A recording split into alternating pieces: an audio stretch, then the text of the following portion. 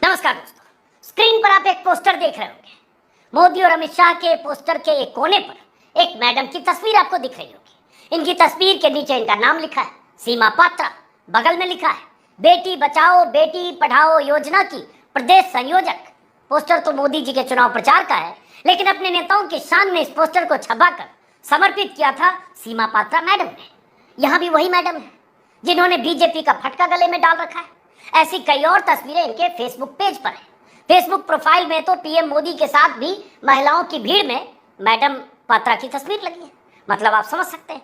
अब इनकी आज की तस्वीर देखिए, मैडम सीमा पात्रा की, और फिर इनके कारनामे बताता हूँ। मैडम सीमा पात्रा की आज की ये सबसे ताजा तस्वीर है। अब रांची पुलिस की गिरफ्त में है, कहीं काले दुपट्टे से अपना मुंह ढक रखा है, कहीं पुलिस वालों के बीच बैठी हुई है।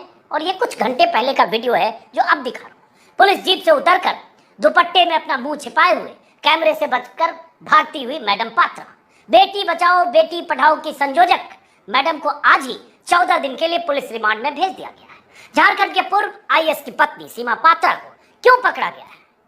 क्या ऐसा गुनाह किया? हो सकता है थोड़ा बहुत आप जान भी चुके होंगे, लेकिन इसी वीडियो में मैं आपको वो बताने वाला हूँ जो आप बिल्कुल भी नहीं जानते होंगे। इन्हें पकड़ा न गया होता अगर इनके बेटे आयुष्मान ने अपने दोस्त विवेक आनंद को संदेश भेजकर अपनी मां की करतूतों का खुलासा न किया होता। आयुष्मान तो अभी रांची के मानसिक आरोग्यशाला में भर्ती है, लेकिन आयुष्मान के दोस्त विवेक से अभी कुछ देर पहले खुद मैंने लंबी बात की है फोन पर। विवेक ने ही एक आदिवासी महिला को सीमा पात्रा के शिकंजे से छुड़ाकर इन्हें सलाखों के पीछे भिजवाने में अपनी अहम भूमिका निभाई है। पूरी बात मैं आपको बताऊंगा तो आप हैरान रह जाएंगे, लेकिन पहले उस लाचार आदिवासी लड़की सुनीता पर सीमा पात्रा के टॉर्चर की दास्तान सुन लीजिए। बीते 8 सालों से सीमा पात्रा के घर मेड का काम करने वाली सुनीता का एक वीडियो 2 दिन पहले सोशल मीडिया पर वायरल हुआ था। सीमा पात्रा के टॉर्चर के शिकार सुनीता का वो वीडियो आज सुबह मैंने 2 या 3 बार देखा नहीं गया।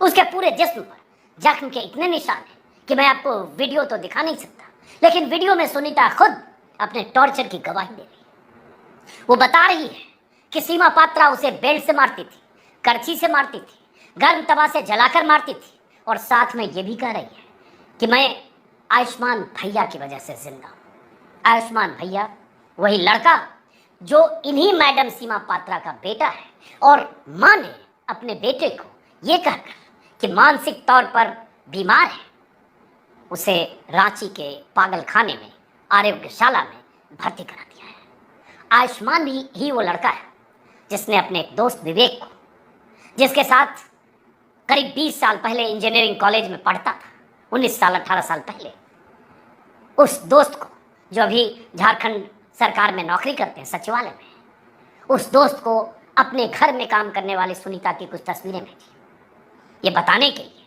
कि सुनीता को बचा लो, ये बताने के लिए कि सुनीता के साथ बहुत ज्यादती हो रही है, ये बताने के लिए कि मेरी माँ से मेरे घर में काम करने वाली सुनीता को बचा लो। और उसके बाद विवेक ने क्या किया वो आप सुनिए और देखिए कि एक महिला, समझिए कि एक महिला जिसकी जिम्मेदारी थी, बीजेपी ने उन्हें संयोजक बना दिया बेटी बचाओ बेटी पढ़ाओ, वो महिला अपने घर में एक बेटी के साथ क्या बर्ताव कर रही थी, कैसे टॉर्चर कर रही थी। 8 साल से सीमा पात्रा के घर में सुनीता काम कर रही थी, गुमला की रहने वाली है, और जो खबरें मैं देख रहा हूं उसके मुताबिक बीते कई सालों से उसे टॉर्चर किया जा रहा था, परेशान किया जा रहा था, मारा पीटा जा रहा था, बेल्ट से मारा जा रहा था, और तो और बोला नहीं जा सकता, पेशाब चटवाया जा रहा था, ऐसा भी आरोप है। बीमार होने पर उसका इलाज नहीं कराया जा रहा था, और बहुत सारी जानकारियां रांची से आ रही है जब मैं लोगों से बात भी कर रहा हूँ। और वो वीडियो आप जरूर देखिएगा, खुद प्ले करके देखिएगा, उससे इनकी मानसिकता का आपको अंदाजा लगेगा सीमा पात्रा की बेटी बचाओ बेटी पढ़ाओ वाली। बहरहाल इनका अतीत ये है, आगे विवेक और कैसे वो सुनीता छूटी वो बताने से पहले अतीत ये है कि नेता बनने का इनका पुराना शौक है। और खबर देख रहा हूँ भास्कर वेबसाइट में है कि 1991 में, मतलब 91 मतलब 9 साल और 22 साल, तो 31 साल पहले 1991 में लोकसभा का चुनाव लड़ चुकी हैं। पहले कांग्रेस में भी रह चुकी हैं, फिल्मों में भी छोटे मोटे रोल कर चुकी हैं, और उसके बाद सजने संवरने और पार्टियों का शौक है। और इनके पति रांची में वरिष्ठ आईएएस अधिकारी रहे हैं। अभी महेश्वर पात्रा जो राज्य आपदा प्रबंधन विभाग में सचिव रहे, अभी रिटायर है। और उसके बाद एक ही घर में ये लोग रहते थे। पात्रा साहब को पता था नहीं था यह भी जानकारी नहीं है, लेकिन उस आयुष्मान को सलाम है बेटा। पता नहीं आप वाकई मानसिक तौर पर बीमार हो या आपकी मम्मी ने, चूंकि आपने अपने घर में एक कैदी की तरह रहने वाली या टॉर्चर के शिकार इस लड़की को, सुनीता को छुड़ाने की कोशिश की, उसकी सजा दी है, मैं नहीं जानता। लेकिन जो भी आपने काम किया है बच्चे, आयुष्मान उम्र शायद आयुष्मान की भी लगता है 35 के आसपास होनी चाहिए शायद। सलाम करता हूँ आपको। आसान काम नहीं था और नहीं होता है। अपनी माँ की करतूतों का खुलासा करना और अपनी माँ की शिकायत अपने दोस्त से करना, ये कहना कि मेरे घर में एक आदिवासी लड़की है, उसको बचा लो। तो अगर सुनीता आज बची तो आयुष्मान की वजह से। वही सुनीता उस वीडियो के आखिरी हिस्से में कह रही है कि आयुष्मान भैया नहीं होते तो मैं नहीं बचती। अब जरा छूटी कैसे, इसको समझिए। मैंने कुछ देर पहले, जैसा कि मैंने आपको बताया, आयुष्मान के दोस्त, कॉलेज के दिनों के दोस्त विवेक आनंद से बात की। 1 घंटे तक विवेक आनंद ने पूरी कहानी बताई कि कैसे आयुष्मान उन्हें संदेश भेजने लगा, कैसे आयुष्मान परेशान था, कैसे वो फिर आयुष्मान विवेकानंद की पत्नी को भी बोला या उनको भी मैसेज भेजा। तो मैंने विवेक को कहा कि आप संक्षिप्त में 2.5-3 मिनट के वीडियो में बनाकर वीडियो रिकॉर्ड करके भेजिए, जिसके जरिए आपकी जुबानी लोगों को पता चले कि दरअसल सुनीता छूटी कैसे, कैसे रेस्क्यू हुआ। और विवेक ही रांची के डीसी से मिलकर उन्होंने पुलिस में भी शिकायत की और उसके बाद पुलिस वालों को लेकर विवेक उसके घर गए थे, सीमा पात्रा के, और उसके बाद विवेक ही छुड़ाने में अहम भूमिका निभाई विवेक ने। तो विवेक ने एक वीडियो रिकॉर्ड करके भेजा है। मैं चाहता हूँ वीडियो देखिए, सुनिए और विवेक की जुबानी ही समझिए कि हुआ क्या था। देखिए ये मामला। अभी 2 तारीख को आयुष्मान ने मुझे कॉल किया और उसने मुझे हिंट दिया कि उसे घर में एक हाउसमेट है जिस पर अत्याचार किया जा रहा है, मगर वो खुल कर अपनी बातों को नहीं बताता। उसके बाद हुआ कि मेरे 2 दोस्त ने मेरी वाइफ को कॉल करके 1.5 घंटे उससे बात की। उसने बात लगी कि मुझ तक ये बात पहुंचा दें कि कहीं ना कहीं मैं उसे मदद करूं उस हाउसमेट को जो वहाँ पर गिरफ्त हुआ। और उसने कुछ फोटोग्राफ मेरे वाइफ के यहाँ मैंने मोबाइल व्हाट्सएप पर भेजा था। सीमा पात्रा ने मुझे ये पिक्चर दिखाया कि उसके बेटे का दिमागी संतुलन सही नहीं है, दिमागी ये नहीं है, तो उसको CIP में एडमिट कराने के लिए उसने मुझसे मदद मांगी। तो मैं भी साथ में गया, वहाँ काउंसलिंग वगैरह हुआ और फाइनली उसे एडमिट करा दिया। बट अंत तक आयुष्मान मुझसे ये बस कहता रहा कि बस की बचा लेना उससे। तो फिर मुझे लगा कि नहीं, कुछ ना हो कुछ ना कुछ तो ये है।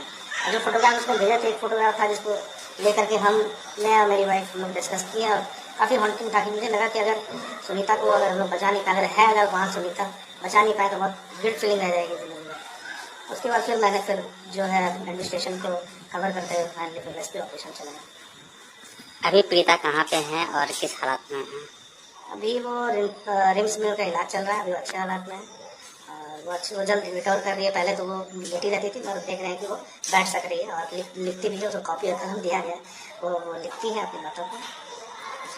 समाज में अब कैसे ये अवेयरनेस, आपने जो ये काम किया है बहुत सराहनीय काम है, अब समाज के लोगों को क्या कहेंगे, कैसे जागरूक करेंगे? एक्चुअली जागरूक करना तो मैं कोई सोशल ये तो नहीं हूँ, बट हाँ हर एक के मन में, हर एक के ये होना चाहिए ये चीज़ कि कैसे भी हो इस तरह की चीज़ों को ना प्रमोट करें, प्यार मोहब्बत फैलाएं, सबके साथ मिलकर रहें। ये हम लोग इंसान हैं, हम लोग इंसान मिल कर रहेंगे तो उसमें माहौल खुशनुमा रहेगा और चीज़ें अच्छे से होंगी। तो मैं यही चाहूँगा कि सब मिलकर रहें और इस तरीके से चीज़ों नहीं हो। कहीं कहीं ऐसा है कि कुछ लोग बहुत अच्छे तरीके से रखते हैं, तो इस चीज़ को प्रमोट करना चाहिए, गलत चीज़ों को प्रमोट नहीं करना चाहिए। बस यही चीज़ है। और हाँ, एक और चीज़ मैं जो बोलना चाहूँगा कि हाँ, ये मामला काफ़ी हाईलाइट हो गया है, न्यूज़ मीडिया में ये चला गया, मगर आपके माध्यम से मैं ये बात पहुँचाना चाहता हूँ कि इस चीज़ को मैंने अपना जो था, मेरे दोस्त ने मुझसे जो प्रॉमिस लिया था, तो मैंने अपना प्रॉमिस पूरा किया। सुनीता को मैंने निकाला, आयुष्मान भी आज दिन बाद से बाहर, तो जो है तो मैंने अपना काम कर दिया। इस मामले को और फूल ना दिया है। विवेक आनंद के इस वीडियो को सुनकर पूरी कहानी तो आप समझ चुके होंगे, लेकिन एक पेच है, एक सवाल है जो मेरे भीतर, जिसका जवाब नहीं मिल पा रहा है। मैंने विवेक से जब फ़ोन पर लंबी बात की तो मैं उनसे भी समझने की कोशिश की। इस वीडियो को रिकॉर्ड करके उन्होंने भेजा, फिर मैंने फ़ोन किया। मेरे भीतर ये सवाल है कि क्या सीमा पात्रा का बेटा आयुष्मान वाकई मानसिक तौर पर बीमार था कि उसे माँ ने पहले रांची के जो कांके का जो बड़ा आरोग्यशाला है वहाँ ले गई, फिर वहाँ एडमिशन नहीं हुआ तो स्टेट गवर्नमेंट का की जो मानसिक आरोग्यशाला है वहाँ एडमिट करा दिया पेड वार्ड में, और विवेकानंद को कहा कि वो बहुत वायलेंट होता है या बहुत हिंसक है और मानसिक तौर पर बीमार है, इसलिए हमने उसको एक तरह से कहें सीधा अगर तो पागल खाने में भर्ती कराया। तो मैं जानने की कोशिश कर रहा था क्या ऐसा है, या कोई रिटेलिएट कर रहा था जो घर में उसके हो रहा था, या माँ जिस ढंग से सुनीता के साथ बर्ताव कर रही थी, टॉर्चर कर रही थी, लगातार उसे एक तरह से इस हालत में पहुंचा रही थी, उसको देखकर वो परेशान था। उस परेशानी में वो अपनी बात शेयर कर रहा था, विवेकानंद से मैसेज कर रहा था या उनकी पत्नी को फोटो भेज दे रहा था। कहीं इस डर से सुनीता ने सीमा पात्रा ने उसे लगा कि इसको पागल करार देकर पागल खाने में भर्ती करा दो। पता नहीं, इस सवाल का जवाब मुझे मिल नहीं पाया।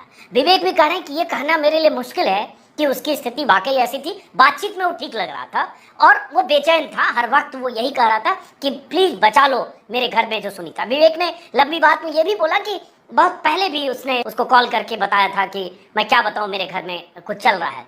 तो बहुत लंबी कहानी है, उतनी लंबी कहानी में मैं नहीं जा रहा हूँ, मोटे तौर पर बात आप समझ गए। लेकिन इस सवाल का जवाब मैं जानना चाहता हूँ, अगर मिलता है मैं आगे बताऊंगा। मुझे कुछ लोगों ने ये भी बताया कि कल या परसों शायद आयुष्मान को उनकी बहन मानसिक आरोग्यशाला से घर भी ले आई, हालांकि इसकी पुष्टि नहीं हुई। लेकिन जो स्थिति है आपके सामने, अब दो बातें आती हैं। एक तो ये औरत एकदम जल्लाद की तरह थी क्या, एकदम इसके भीतर मतलब कौन सी प्रवृत्ति थी, कौन सी विकृति थी, कितनी इसके भीतर क्या था ऐसा, किस विक्षिप्त अवस्था की थी कि टॉर्चर करती थी एक उस लड़की को जो घर में कई सालों से मेड का काम कर रही थी। खाना नहीं देना और पिटाई करना, बेल्ट से मारना, इससे मारना, गर्म तवे से सेकना, जो भी जितनी बातें सुनीता कह चुकी है उसको बार बार क्या दोहराऊं। तो सवाल एक इसकी मानसिक अवस्था का है कि सीमा पात्रा की मानसिक अवस्था क्या है, इसकी मानसिक बीमारी, मानसिक विकृति क्या है। देखते हैं, पुलिस की जांच में पता चलेगा क्यों हो रहा था, क्यों वो टॉर्चर कर रही थी उस मेड को जो कई सालों से उसके घर में थी। दूसरी बात कि बीजेपी ने जब इस मामले ने तूल पकड़ा, पहले तो पुलिस ने हिला हवाली की, गिरफ्तारी तो हो जानी चाहिए थी उसी दिन, आज से 10 दिन पहले लगभग, जब पिछले सोमवार को रेस्क्यू कराया गया उसका, सुनीता का, सीमा पात्रा के घर से पुलिस की मौजूदगी में। लेकिन गिरफ्तारी हुई आज और अब बीजेपी ने सीमा पात्रा को पार्टी से निकाल दिया है। लेकिन सवाल तो यही है कि एक महिला जो बेटी बचाओ बेटी पढ़ाओ मुहिम की संयोजक हो, गांव गांव घूमकर महिलाओं को बीजेपी से जोड़ने की मुहिम चला रही हो, उसकी ये कहानी आती है जो एक कहें तो जल्लाद जैसी कहानी है। बहरहाल देखते हैं अब इसमें जांच से क्या पता चलता है। लेकिन शुरू में भी शायद मैंने कहा था, फिर से एक बार सलाम उस आयुष्मान को जिसने चिंता की अपने घर में मेड के साथ जो बर्ताव उनकी मम्मी कर रही थी, माँ कर रही थी उसकी, और इस बेचैनी में उसने शेयर किया अपने दोस्त से। और तारीफ करनी होगी विवेक की भी, जिसने पूरे मामले को पुलिस के सामने, अधिकारियों के सामने रखा और सुनीता को बाहर किया, वरना पता नहीं सुनीता के साथ क्या होता। फिलहाल सलाखों के पीछे गई 14 दिन के पुलिस रिमांड पर, और सवाल वही कि बेटी बचाओ बेटी पढ़ाओ जैसे नारे के साथ बीजेपी की राजनीति की सक्रिय कार्यकर्ता, सदस्य, नेता कहा गया, जो राष्ट्रीय महिला विंग है उसकी भी सदस्य थी। तो अब बीजेपी बैकफुट पर है। लेकिन देखते हैं आगे क्या पता चलता है। फिलहाल इस वीडियो को खत्म करते हैं।